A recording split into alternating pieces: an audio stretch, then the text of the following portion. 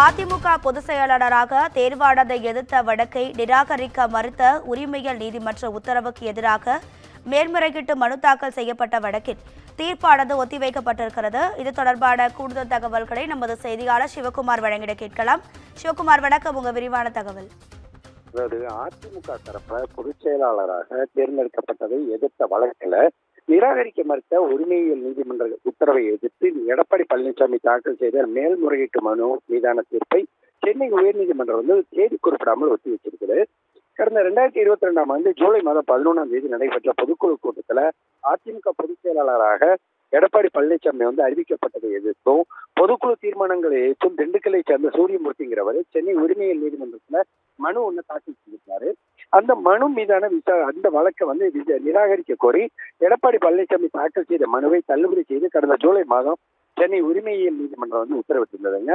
இந்த உத்தரவை எதிர்த்து எடப்பாடி பழனிசாமி தரப்புல சென்னை உயர்நீதிமன்றத்தில் மேல்முறையீடு செய்யப்பட்டுள்ளது.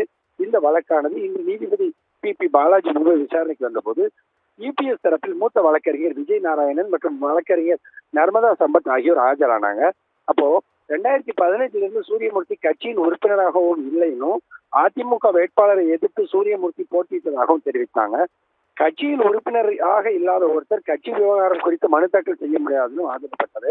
சூரியமூர்த்தி தரப்பில் ஆஜரான வழக்கறிஞர் வேல்முருகன் கட்சி விதிகளின்படி கட்சியின் உறுப்பினராக தொடர்வதாக கூறினாரு.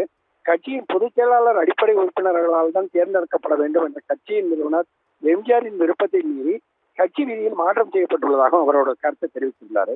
கட்சியின் பொதுச் செயலாளர் அடிப்படை உறுப்பினர்களால் தான் தேர்ந்தெடுக்கப்பட வேண்டும்ங்கிறதா கட்சியோட அடிப்படை விதினும் அதை பொதுக்குழுவால் மாற்ற முடியாது அப்படின்னு கூறினாங்க. எம்ஜிஆர் மக்கள் கட்சியின் கூட்டணியோட சுயேட்சையாக போட்டியிட்டதாகவும் சூரியமூர்த்தி தரப்புல கூறப்பட்டது. இரு தரப்பு வாதங்களையும் கேட்ட நீதிபதி எடப்பாடி பழனிசாமி தாக்கல் செய்த மனு மீதான தீர்ப்பை தேதி குறிப்பிடாம தற்போது ஒத்தி வச்சிருக்கிறாங்க. ராதிகா, தகவல்களுக்கு நன்றி சிவகுமார்.